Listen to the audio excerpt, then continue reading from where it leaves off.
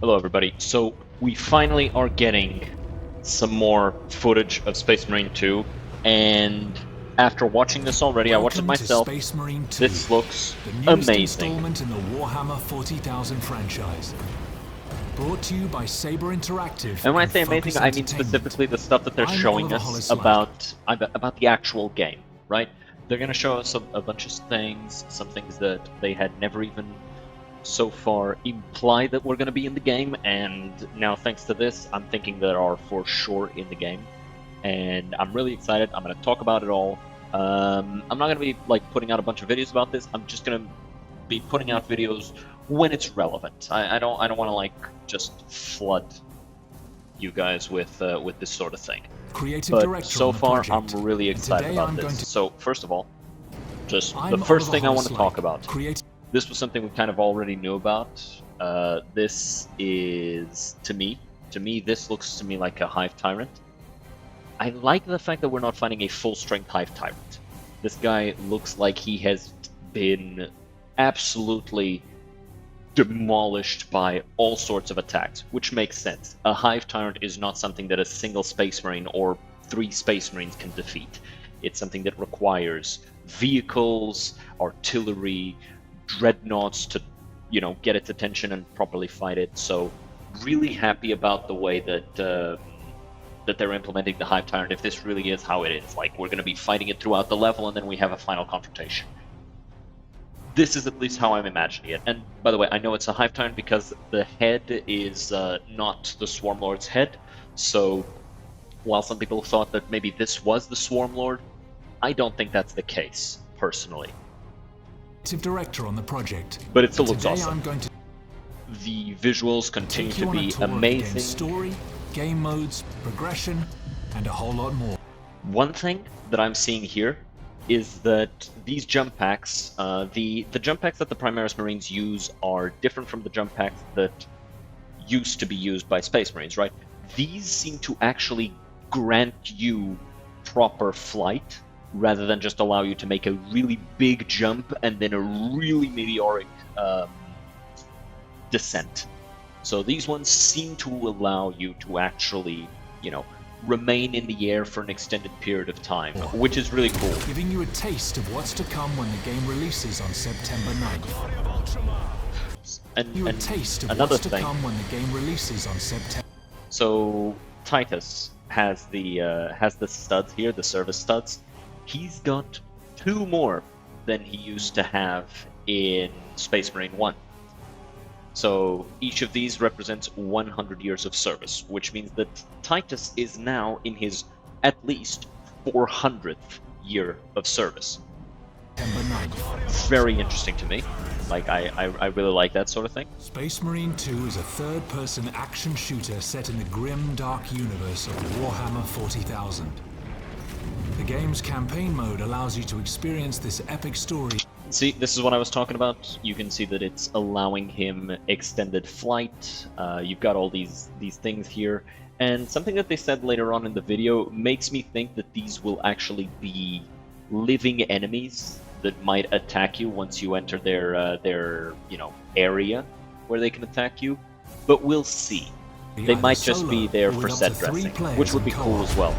Let me lower the volume a little, just so you can hear me properly as well. Space Marine 2's story begins a century after the events of the first game. So, that's a confirmation of when this happens. Before, people thought it was 200 years because of those studs.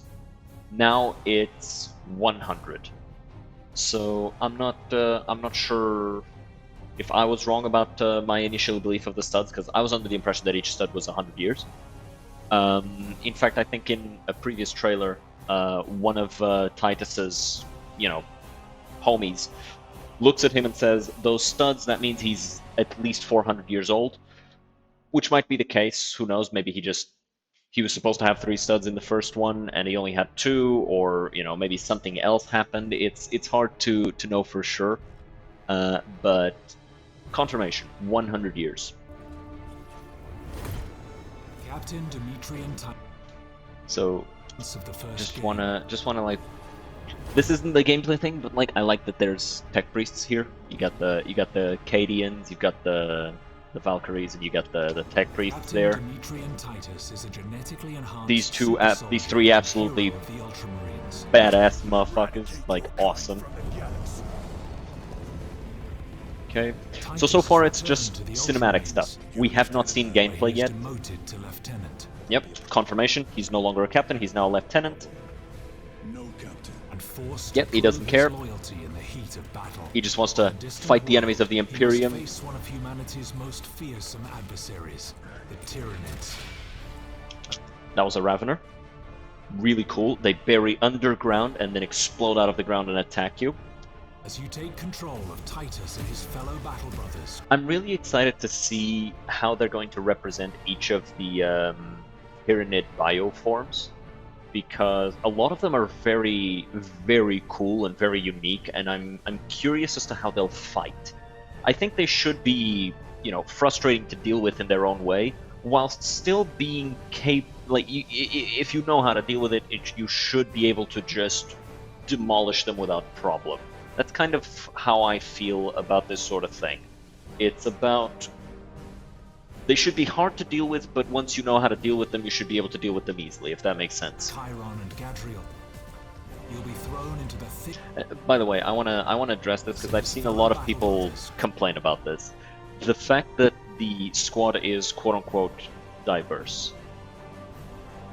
To the people who are complaining about that, it's kind of ridiculous that you look at, you know, a game that is set 40,000 years in the future, and then you try to apply modern sensibilities and modern opinions and modern anything to it. It makes no sense. The Ultramarines recruit from thousands of planets. Of course there's going to be people of different ethnicities there. Ethnicities as we see them. Because here's the thing.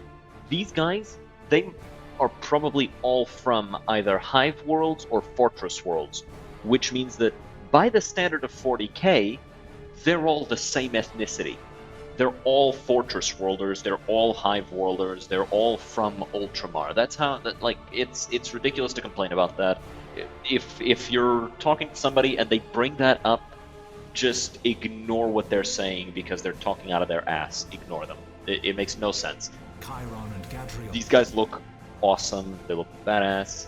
The implication before that this guy was actually apparently supposed to have Titus's rank right now, because Titus showed up. He was supposed to be the lieutenant, but he was made lieutenant instead. So, you know, there's an implication that Chiron is going to be... Wait, not Chiron. What was his name? You take control of Titus and his fellow battle brothers. This is Chiron. and Gadriel. Gadriel. Gadriel seems like he was supposed to be the one to take command of this mission, and Titus showed up and he took it. So there might be a little bit of hostility between the two, at least at the start, as Titus has to prove to his, you know, new squad mates that he actually is worthy of command.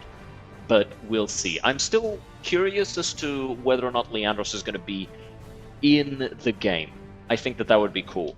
But so far, we still haven't seen gameplay, which is the thing that I'm most excited about this trailer for. I'm going to pause the video a lot when that Thrown happens. into the thick of a war of galactic proportions. Because so far this looks awesome, Thanks obviously. to our unique swarm technology. The swarm allowing technology, us to right? render hundreds of real enemies on screen at the same. Look at this. Look at how many enemies are on screen. If you were to like count all of these, you'd probably have 100 enemies on screen. They say that this swarm technology allows them to render them all. What that makes me think is, if you'll notice, they're all kind of following these, like they're moving like water almost, the way they're getting through the fortifications here. I'm thinking that this swarm technology is basically just putting all of those animations and all of those graphical renderings on a sort of like second layer where they can all be done as a group in order to conserve processing power. The only way to do this is with really good optimization, and if they pull that off, that's going to be amazing. If they can make this feel like a Dynasty Warrior game where you're surrounded by smaller enemies whilst having a one-on-one confrontation with a big enemy, while of course having to deal with the occasional small enemy as well. It's going to make you feel like an absolute god on the battlefield, and it's going to be awesome. I'm really looking forward to trying this. I really hope that we get a little bit of early access soon, but this looks awesome so far. Yep, and this is kind of what I see, like, you see them with the red eyes. I'm assuming that that's because these warriors, they're actually sort of nexuses for the smaller ones, like they help them focus. And once you kill them, the smaller ones, they kind of lose their connection to the hive mind, and they kind of start attacking each other, and some of them just outright die from the psychic backlash. So it's quite interesting, because from a Space Marine perspective, each of these things is their equivalent of a Primarch. Because if you kill the Primarch, or severely hurt a Primarch whilst, you know, he was near other Space Marines, those Space Marines would feel that pain and be severely hurt by that. So it's quite interesting that they are managed to implement that. In Dawn of War 2, they implemented this as well. If you were to kill a big Tyranid, like a warrior or a zoanthrope, which we've seen in previous gameplay as well, you would actually hurt the smaller Tyranids around it. So that was quite interesting, and I'm really looking forward to seeing how they implement that. As far as the eye can see. You must...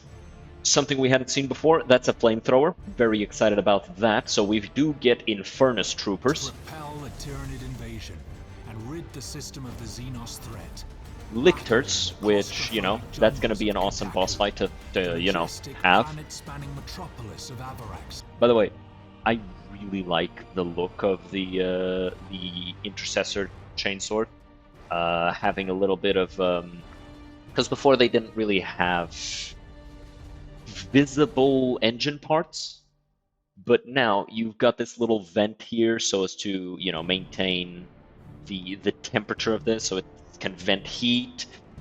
This thing actually has an engine in here that generates energy by itself. It's a self-sustaining engine. It's really, really cool. After each successful mission, you'll return to the battle barge. And here's the part that I'm most interested about the game so far. The battle barge here. Orbital headquarters. Here you can gather crucial intel by interacting with on. This makes me think that this game is trying to be more of an RPG, and I don't dislike that. I don't dislike that because what they're going to show further on, this makes me think that they are taking lessons from the campaign of Dawn of War 2, which, in my opinion, Dawn of War 2 campaign was amazing, super replayable, especially because it's just pure gameplay. Between the missions, you choose where to go next, but you're kind of just building up your character so that you could play more.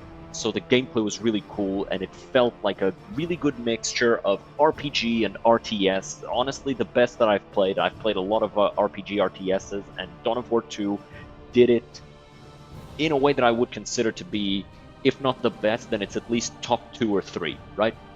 Spellforce was also really cool, but it's a completely different system than what this is. And what Dawn of War 2 was. It feels very Dawn of War 2 inspired, and I like that a lot. It's very, very interesting to see.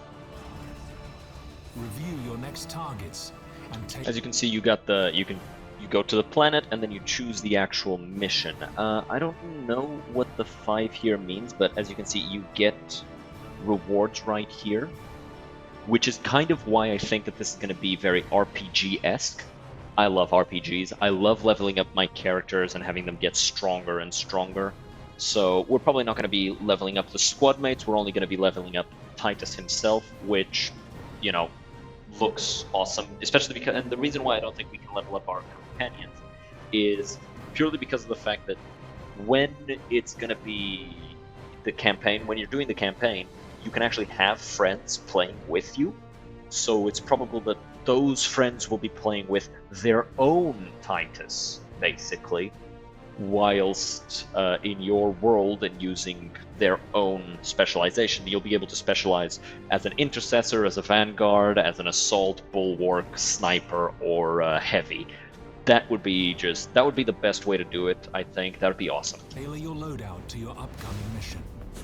Big boom with the assault thunderhammer. Close Awesome. combat or ranged warfare, the Ultramarine's wide range of equipment offers you an array of devastating weapons. The flamethrower. Actually, hold on. Let me actually look. So this is very clearly the Gravis armor. You can tell from the neck ridge here, the gorget. Equipment offers you an array of This seems to be the same armor as he was wearing before, right?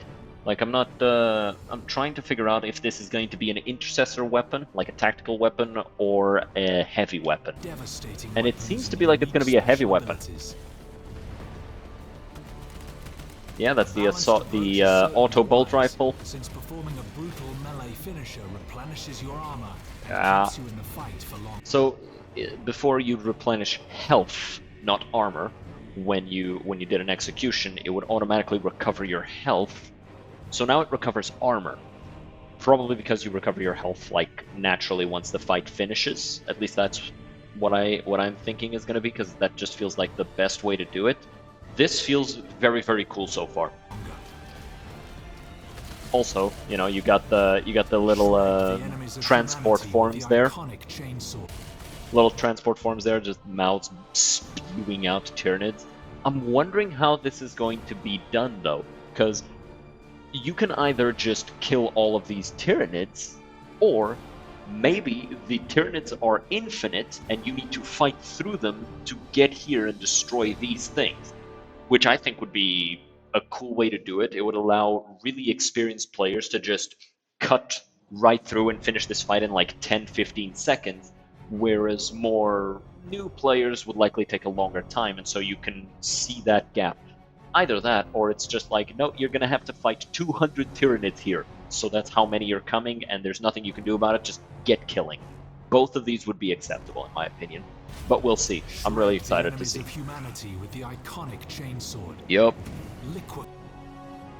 that chainsword The enemies looks of humanity awesome. with the iconic Like, chain- I'll be honest, I'm not the biggest fan of the call pattern bolt rifles. I like the Godwin pattern bolters. They're a lot more iconic to me. I think that these chainswords, they maintain much of the same silhouette of chainsword that we've gotten used to, whilst still adding a few extra details for the people who like the extra details, and I think that that's a really good balance of things. The bolt rifles have a completely different silhouette, and I personally don't like it that much. sword. Liquefy them with the melter rifle. Yeah, get him with that melter. Crush them with the mighty. Every day. Every day I see a Thunderhammer on an Assault Marine in this game, I hope, please, let the Thunderhammer be something that the Tactical Marines can also use. So far, it looks like the tactical spec can only use chainswords and bolt rifles, and maybe the plasma rifle. We've seen them with the plasma rifle, right? I hope that they also get some melee options, because I feel like that would be really, really good to have a class that can do both, rather than specialize one way or the other, while the other classes are all specialized. Thunderhammer. How The you Thunderhammer vanquish does look awesome though, With the like mighty those Thunderhammer. explosions of energy that how seem you to hurt vanquish the Tyranid everything invaders around it. is entirely up to you. Your duty. And now we'll talk about the co-op Beyond mode. The story campaign, you'll find operations mode. Here, the focus So this is stuff is that on we've seen. cooperation and replayability. Everybody's an Ultramarine in Players the one of co-op. 6 classes with unique skills and abilities. This image. What does this image show me? This is not a first founding color scheme.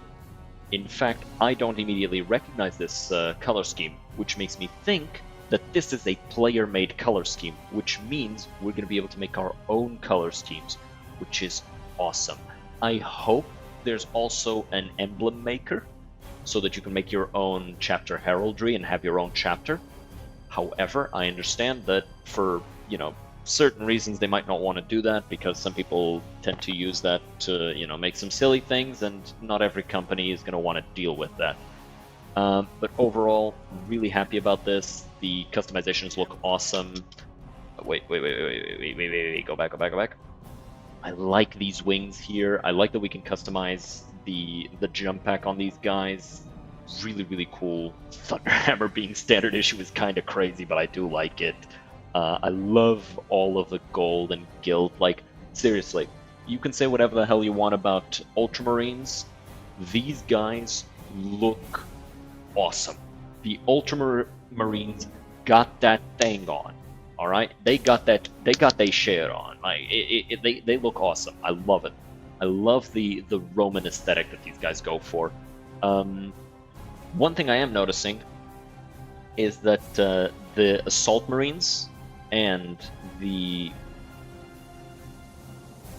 Assault Marines and the Heavy Marines have the same armor, which I think is really cool.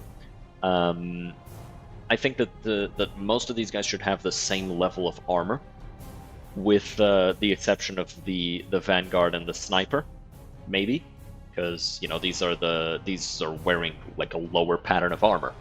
Either that or they all have the same armor, but it looks really cool. This is, by the way, like, I don't know if I'm mistaken here, but this looks like a Sons of Horus color scheme, right? This looks awesome. Make them your own. Whether you prefer the sniper's stealth.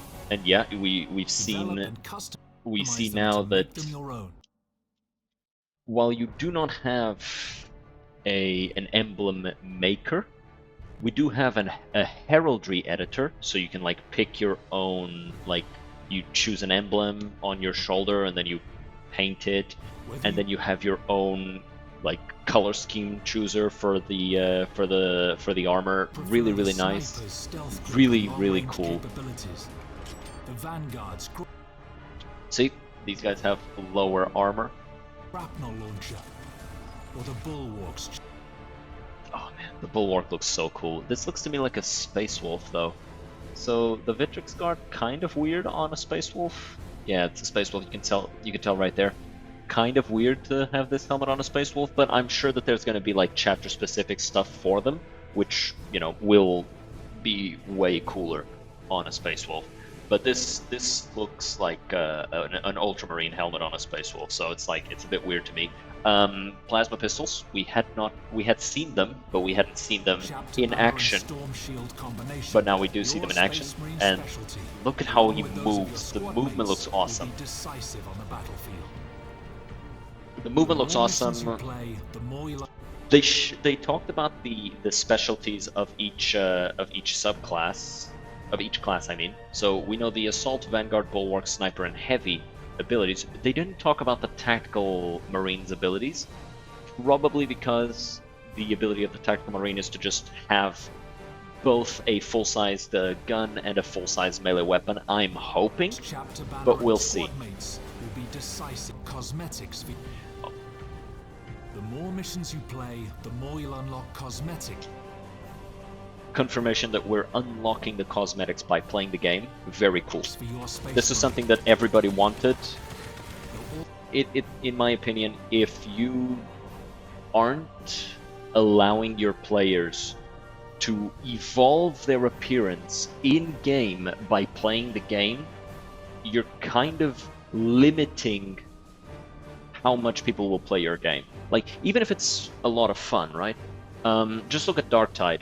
Darktide is a game that's a lot of fun to play, but because all of the good cosmetics are behind a paywall, a lot of people don't really feel interested in continuing to play because they know that they're never going to look as good as somebody else who just paid money to look that good, right?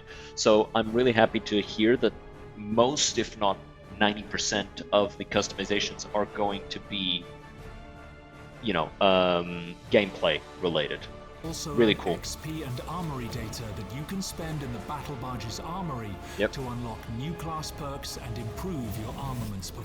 Really curious to see how this is going to work out, right? We see all of these customizations both on weapons and armor, and it's awesome, and I'm really looking forward to it. By the way, this kind of looks to me Like, just at first glance, I know we can barely see it, but I'm not sure if this is a... No, it's a bolt pistol. I thought it might have been an Inferno pistol, which would be awesome. And I really hope that are in the game, just for more pistol options, right? But I understand that it's not like the most popular thing. Not everybody likes the Inferno pistols. But this looked to me like an Inferno pistol, like at the start, but it's not. Okay. Performance. I am curious how the balancing is going to be, though, because there's going to be a lot of necessary balance. If you're going to be leveling up your character for PvP, I hope that that gives you a clear advantage, because you've been playing the game for so long, right? If you're a level 20 player going up against a level 1 player, there should be a clear-cut advantage. But at the same time, I kind of hope that that advantage isn't insurmountable. I think a good way to do this would be to have those advantages be exclusive for PvE, but at the same time, I feel like it would be cool to have those advantages in PvP as well, because if you're a level 20 player, if you're a max level player, you've unlocked all that stuff, you want to use that stuff in PvP as well. So we'll see. I'm not sure one way or the other. I'm not sure which one of these would be the best way to do it, is basically what I'm saying here. I think both would be cool, though. Eternal war demands eternal discipline. If you're into more competitive challenges, well then you're in for a treat. Enter the fray in our Eternal War mode, where you'll be able to pit yourselves against other players. Look at these. Look at this color scheme, dude. This looks awesome for the Night Lords. And we're seeing more unique looking customization options, like we've got the helmet right here. Space Marines clash again. Notice that their jump pack is different. This is the older jump packs, but they move in the same way that the, you know, they move in the same way that the Intercessor's jump pack moves, even though, you know, they're an older model. Probably just a gameplay thing. Also, I'm noticing this guy has fewer armor pips than the Assault Marine that the Assault Marine they showed before had. The other one had 3 armor pips, he only has 2, which makes me think that you'll be able to lose or gain armor pips based on your perk choices, which is kind of cool, you know, sacrificing one thing to gain another. Really cool, dynamic way to do things. And 6 of their sworn Chaos adversaries. Again, we're seeing here some unique looking customizations. I'm not like noticing anything unique about this one, but this is not a this looks like a Great Crusade Death Guard Marine to me. Like this, that's what this kind of looks like. And this is very clearly, you know, Alpha Legion with the scales and the helmet. This looks to me like it's chapter specific, and so do these two. This one, I don't see anything chapter specific about this one, but he still looks awesome. In arenas inspired by the game's rich Yeah, settings. I'm really looking forward to seeing this. I really hope we get an early access period. Intense annihilation deathmatch, strategic seize ground, Yep. or the As you can see, the assault guy is flying on the air and just shooting down at him. then engage in adrenaline pumping Very matches interesting to that see. will test your skills against players from across the world. Each skirmish offers you the chance to earn more XP and add more weapons to your arsenal as you prove your valor on the battlefield. And as you can see, you know, they clarify that you unlock weapons through experience, through playing the game. More stuff gets unlocked by playing the game more, and I think that that's exactly how you do it. By the way, this animation is sick. Battlefield. He just throws his sword up, grabs it, and just shoots himself at the ground. Awesome. That's all just battlefield. And here's the thing I'm most excited about. The Dreadnought. Are we going to get to play as the Dreadnought? If so, that's awesome.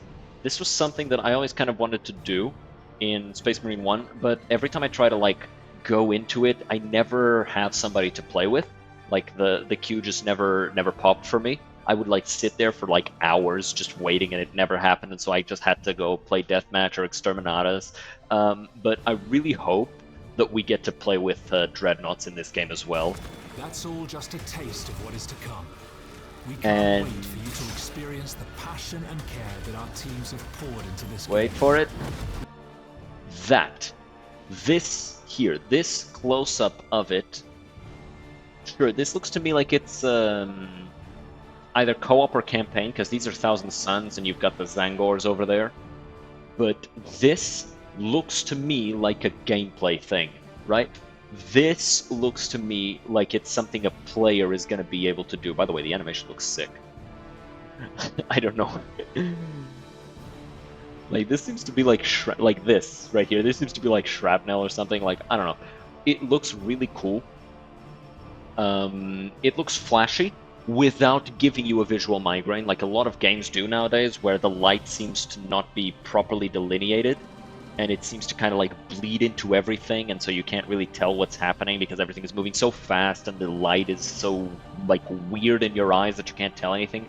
But this looks really cool. I'm really looking forward to this. I can't wait. And seriously, Focus, if you're gonna let us play as a Dreadnought, my life is yours. Seriously, looks We've got more amazing. surprises in store for you, to be revealed very soon. This looks so good. In his name I will fight! For the Emperor! I hope all of our hopes for this Pre-order game the standard, come gold, true. or ultra editions and defend humanity on September 9th when Warhammer 40,000 Space Marine 2 launches on PlayStation 5, Xbox Series and PC. Heed the call of war, for your craft is death. So, as always, this looks awesome. Trying to close that, whatever. This looks awesome. I'm really looking forward to it.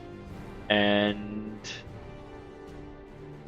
yeah, I hope you're as excited about this as me. I'll talk to you guys later. Have a good one. Cheers.